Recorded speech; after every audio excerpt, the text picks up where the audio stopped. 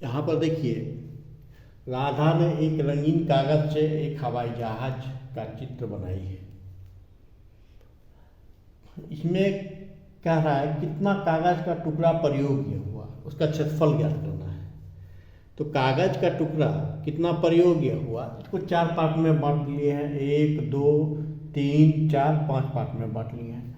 अगर पांचों का क्षेत्रफल निकाल करके हम जोड़ देते हैं तो ये कागज का टुकड़ा जितना प्रयोग हुआ उसका क्षेत्रफल आराम से निकल जाएगा, तो आकृति का क्षेत्रफल हो जाएगा।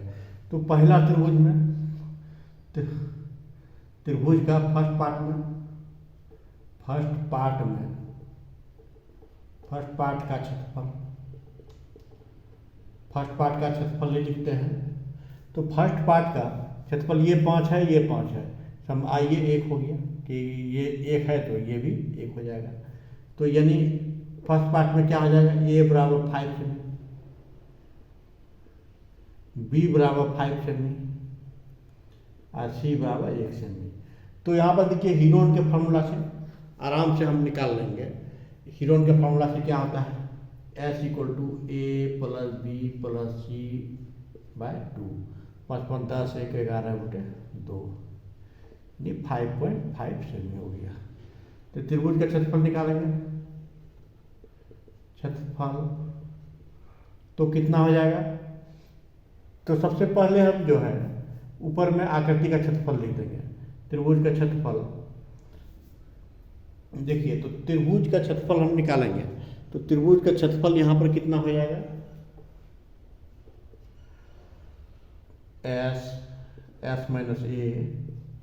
S - b S - c। तो ये हीरोन का फार्मूला होता है त्रिभुज का क्षेत्रफल निकालने के लिए। हीरोन का फार्मूला लगा दिए, अब इस पे वैल्यू पुट कर देंगे। S का वैल्यू आ गया है 5.5 5.5 -5 5.5 -5 और हो जाएगा 5.5 -1, बस इतना हो गया। तो अब निकल गया मेरा 5.5 इंटू 0.5 हो जाएगा, इंटू 0.5 हो जाएगा, इंटू ये हो जाएगा 4.5। अब इसका हम निकाल सकते हैं, इसका 2 पॉइंट में से 1.5 निकाल सकते हैं। अब 55 को हम कितना लिख सकते हैं, 11 इंटू 0.5 लिख सकते हैं। फिर 45 को 3 इंटू 0.5। अब देखिए 0.5 फिर बाहर आ जाएगा, तो 0.5 1.5 2 बाहर ले लिए, 1 3 बाहर आ गया, तो अब बचा √11, सिर्फ 11 बचेगा। तो यानी 25 दिया 75.75 और √11। अब √11 का वर्गमूल यहाँ पर निकाल देंगे, तो √11 का जो वर्गमूल आएगा, √11 का वर्गमूल देखिए कितना आता है, 3 तिया 9, 3 3 6 11 9 गया 2.00, 6 तिया 18, 3 तिया 9, 6 तिया 18 हो गया, 10 में 9 गया 1, 9 माट गया 1, अब इतना ही हो गया, यानी 1 में गया 0। अब फिर डबल 0 उतर जाएगा, तो एक बार नहीं 3.31, 2 ही संख्या लेंगे बस हो जाएगा। अब हो जाएगा, तो यानी 0.75 गुना 3.31, बस 2 संख्या लिए, अब इसका हो जाएगा।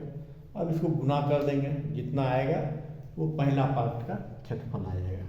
अब देखते हैं आकृति का क्षेत्रफल निकालने के लिए अब दूसरा पार्ट का क्षेत्रफल निकालेंगे। तो दूसरा पार्ट का क्षेत्रफल, दूसरा भाग का क्षेत्रफल, तो यहाँ पर हम लिखते रहते हैं पहले। अब ये लिख दिए, यहाँ पर लिख देते हैं एक आकृति का क्षेत्रफल, आकृति का क्षेत्रफल बराबर first part plus second part plus third part plus fourth part plus 5 part.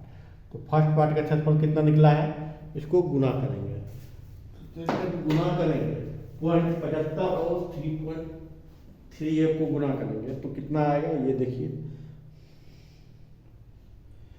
पहले गुना करते हैं। 0.75 इंटू 3.31 2.48 आएगा। ये आ जाएगा 2.48 इतना सेंटीमीटर स्क्वायर। इसको फर्स्ट पार्ट में लिख देंगे 2.48 बस। अब सेकंड पार्ट का लिखना है। अब इसको डिलीट कर सकते हैं, नहीं भी करेंगे कोई दिक्कत नहीं। फर्स्ट पार्ट का यहाँ लिख दिए क्षेत्रफल। अब सेकंड पार्ट का देखते हैं, डिलीट कर देते हैं इसको। तो सेकंड पार्ट में अब आते हैं। सेकंड पार्ट में क्या है ये देखिए। सेकंड पार्ट में आपका क्या आ रहा है, तो सेकंड पार्ट में आयत है, तो सेकंड पार्ट का क्षेत्रफल, सेकंड भाग का क्षेत्रफल आयत है। आयत का क्या होता है फॉर्मूला, लंबाई गुना चौड़ाई। तो लंबाई इंटू चौड़ाई, तो कितना हो जाएगा 6.5 गुना 1 यानी 6.5 ही हो जाएगा। 6.5 सेकंड पार्ट हो गया, 6.5 सेंटीमीटर हो गया। अब थर्ड पार्ट का, तो थर्ड पार्ट में थर्ड भाग का क्षेत्रफल। तो थर्ड भाग में देखिए कुछ थोड़ा एक डिजाइन अलग से बनाना होगा। मेरा इस प्रकार से है थर्ड भाग। थर्ड भाग एक समलंब चतुर्भुज है, इसका 2 है, ये 1 है, ये 1 है, 1 है। इसको एक समांतर चतुर्भुज का निर्माण कर देते हैं यहाँ पर। तो यहाँ पर 1 है, ये भी 1 कर देंगे, ये 1 कर देंगे, 2 भाग हो गया। तो अब जब ये पूरा भाग यहाँ से अंदर 2 है और यहाँ से अंदर 1 है, ये पूरा भाग मेरा 2 है। तो अब जो है, अब त्रिभुज का क्षेत्रफल निकालना होगा। तो यहाँ पर देखिए समलंब चतुर्भुज के क्षेत्रफल के लिए हमको इसका हाइट जानना, ऊंचाई जानना जरूरी है। ऊंचाई है नहीं तो हम पहले इसका त्रिभुज का निकालते हैं। तो थर्ड भाग में त्रिभुज समबाहु त्रिभुज, समबाहु त्रिभुज हो गया, तीनों भाग 1 है, 1 है, ये भी 1 है, इस समांतर चतुर्भुज के बराबर है। देखिए ये इसके बराबर यहाँ खींचे हैं, ड्रॉ किए हैं। तो ये 1 है, 1 है, तीनों भाग 1 है, समबाहु त्रिभुज हो गया। तो समबाहु त्रिभुज BED का क्षेत्रफल, BED का क्षेत्रफल ध्यान देने वाली बात है। यहाँ पर ये समबाहु त्रिभुज बन गया है, तो √3/4 भुजा स्क्वायर, तो √3/4 भुजा कितना है 1। अब देखिए किसी भी त्रिभुज का एक क्षेत्रफल होता है हाफ गुना आधार गुना ऊंचाई। तो हाफ गुना आधार कितना हो गया ED, और गुना ऊंचाई एक लेते हैं, एक ड्रॉ L यानी BL। अब किसी भी त्रिभुज का ये ऊंचाई होता है, ये √3/4, 1 का स्क्वायर करेंगे 1 ही होगा। अब देखिए हाफ गुना ED दिया हुआ है, ED कितना है 1 है, गुना BL √3/4। तो BL बराबर हो जाएगा √3/4 गुना 2, कैंसिल हो गया 2, यानी √3/2 निकल गया इसका ऊंचाई। अब √3/2 जब इसका ऊंचाई निकला BL बराबर ये, यानी √3/2 ये ऊंचाई निकला समलंब चतुर्भुज का। तो समलंब चतुर्भुज का फॉर्मूला होता है, देखिए समलंब चतुर्भुज, इसको ऊपर में लिखते हैं। तो इतना निकल गया। सेकंड भाग का भी डिलीट करते हैं। तो समलंब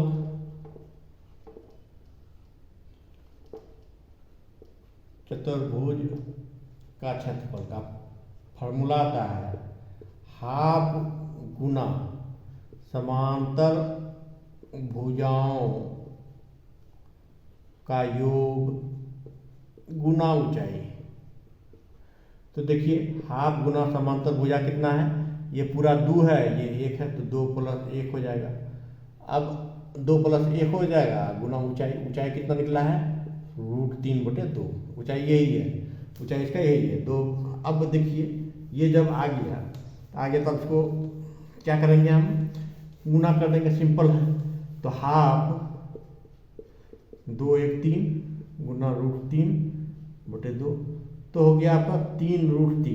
3√3 का मान होता है 1.732/4। तो 4 से कटेगा, काट देंगे, 4 चौक 16 काटते हैं यहाँ पर डायरेक्ट, 4 चौक 16, 1 4 तिया 12, 4 तिया 12। अब 3 से गुना कर देंगे, 3 तिया 9, 3 तिया 9 और 4 तिया 12, 1.299 सेमी स्क्वायर। तो तीसरा का यहाँ लिखेंगे 1.299 सेमी हो गया। अब चौथा ये निकल गया, किसका निकल गया ये जो समलंब चतुर्भुज है इस आकृति का निकल गया। अब दो आकृति बचा, 4 और 5, देखिए दोनों बराबर है। तो आकृति अब चौथा भाग का क्षेत्रफल, भाग का क्षेत्रफल। तो चौथा भाग में ये देखिए समकोण त्रिभुज है, तो समकोण त्रिभुज है तो समकोण त्रिभुज का क्षेत्रफल हो जाएगा समकोण त्रिभुज का क्षेत्रफल। तो हाफ गुना आधार गुना ऊंचाई होता है। हाफ गुना आधार कितना है 1.5 और ऊंचाई है 6, तो द्वितीय 6, ये 6 है तो प्रतिया 45, 4.5 सेंटीमीटर। तो चौथा हो गया 4.5 सेंटीमीटर और पाँचवा भी बराबर है, पाँचवा भाग भी 4.5 हो गया। अब इतना हो गया, ये देखिए इस आकृति का क्षेत्रफल। इस आकृति का जब इतना क्षेत्रफल हो गया, अब क्या करना है, सबको जोड़ना है। तो जोड़ देंगे, जितना आया वो पूरा ये आकृति का क्षेत्रफल हो गया, यानी कागज का क्षेत्रफल हो गया। तो जोड़िए, अब कितना आ रहा है देखिए, जोड़ने के बाद कितना आ रहा है, कितना है 2.48 प्लस 6.5 प्लस 1.299 प्लस 4.5 प्लस 4.5, यानी आया 19.279 सेंटीमीटर है, तो सेंटीमीटर स्क्वायर। यानी इस कागज का क्षेत्रफल हो गया कितना, कागज का क्षेत्रफल बराबर 19.279 सेंटीमीटर स्क्वायर। चलिए, ये आपका क्षेत्रफल निकल गया। यदि आप मेरे चैनल पर नए हैं तो मेरे चैनल को लाइक एंड सब्सक्राइब कर दीजिए। धन्यवाद। Next topic in next class.